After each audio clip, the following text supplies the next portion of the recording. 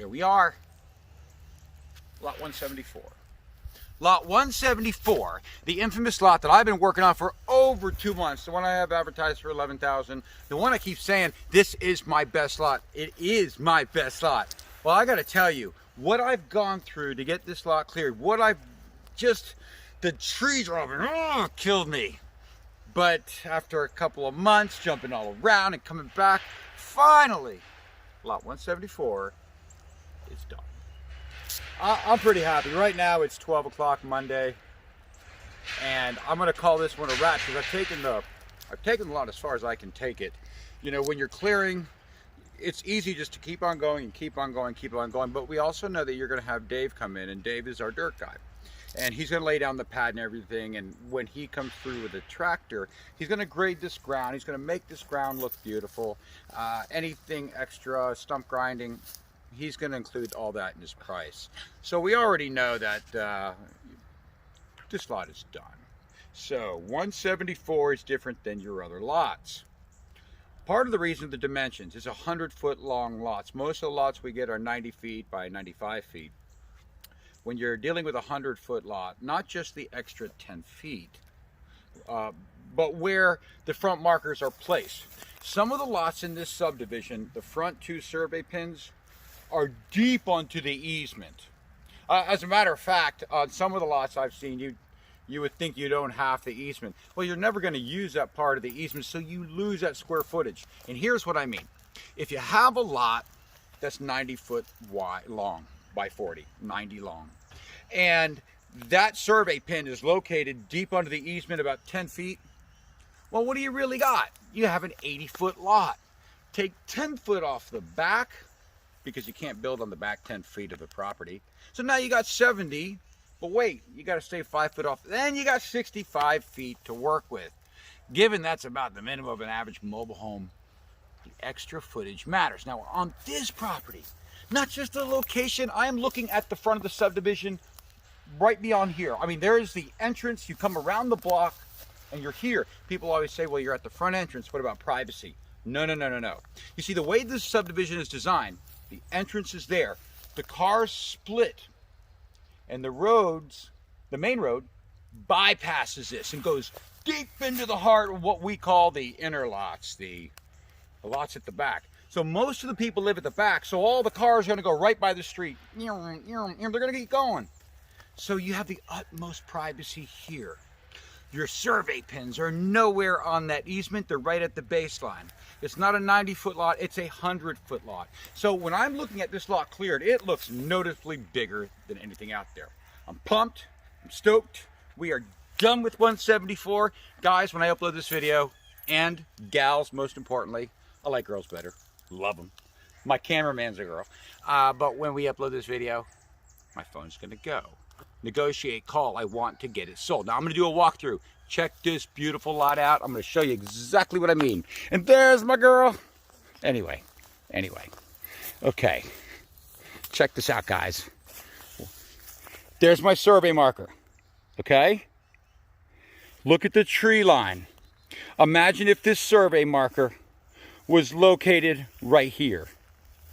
Yeah, technically, you know, some of these easements overlap the survey marker. I've seen survey markers right here. Well, just because that's your marker, you're not going to put anything way at the front here. But look at this. Look at the tree line. This is set back beautifully. Okay, check this out. There's the other one right at the tree line. Okay. As I look at the front of the lot, I'm seeing it. There's the back property marker to the left. The right goes there, okay? If you do an angled driveway towards the back, you put an RV right there. Now, this tree can easily be moved. And I really thought about moving this one, which is not a big deal, but Dave said, hey, I can drop that with a tractor. It's not a big tree. He said, don't worry about it. So if you wanted to go dead straight, that tree gave it extra 10 feet, but I don't think you need to. Check this out. This is beautiful. Beautiful lot. Of course, I always clean up my lot lines, guys. You can always see my markers when I clear lot. Pretty cool. People always want trees, so I left enough trees. Sometimes you can get a little gun happy with a chainsaw, start cutting everything down, then you can't get them back. What I normally do is if I see a few small trees, try to leave them if they're on the side. So I cut trees here, I cut trees here, I cut trees there. We paid to have a monster tree cut. This was a lot of work to get in here. If you drop this tray, you could go nearly to the back. If that's a problem, I'll drop it. I don't really care. I just don't see the need to at this time. This back corner I cleaned up. I dropped a couple trees back here. I thought this would be a neat little place to possibly put a jacuzzi. But the depth, okay, look at the depth. What I was saying before was this lot is set back perfectly, and it's an anatomically platted 100-foot lot. You see the depth on this sucker. Got a great depth on there. Look at that. It's got a nice depth. It's got a real nice depth. So, you know, here's another angle for an RV. You could take the RV from the front and you can probably curve it this way and just have the back right about here, right? Always want to leave a little space back here. You could take the RV and go bypass those two trees and go that way.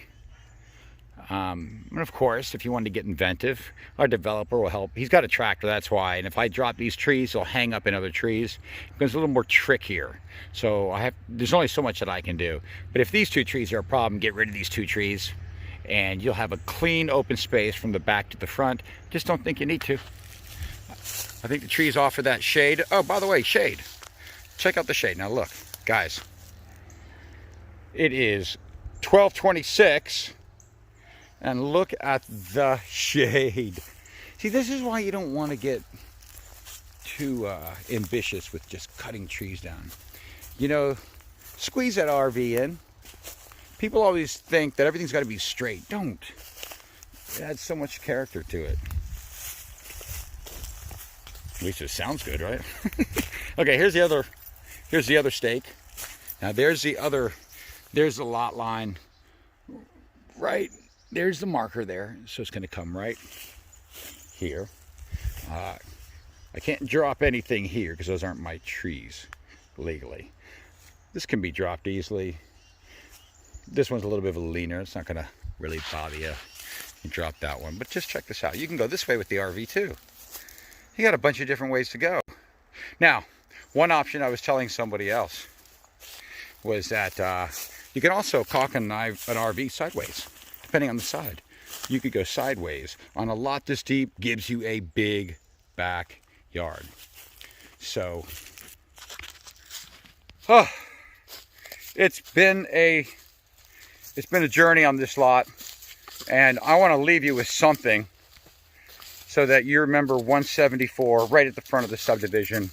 I want to leave you with knowing that this lot has one of the biggest pine trees. I guess the word is majestic. Check this out. Look at the size of this pine tree. I'm so glad it wasn't in the center of the lot because you want to keep that. It is huge, it is thick, and it is straight. This is really an amazing tree. And I don't think I've ever gotten a pine tree that thick before. Beautiful tree. What a great addition to a property, guys. What a great addition. I mean, you look at the head on that. Wow.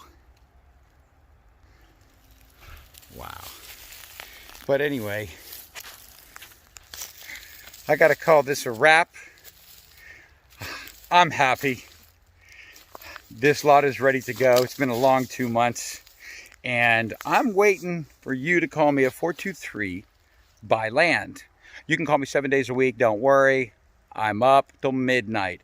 After 8 o'clock, text me so that I don't get in trouble. And I'll be up till midnight for you. Thank you very much for spending the time to watch this video on Lot 174. Take care.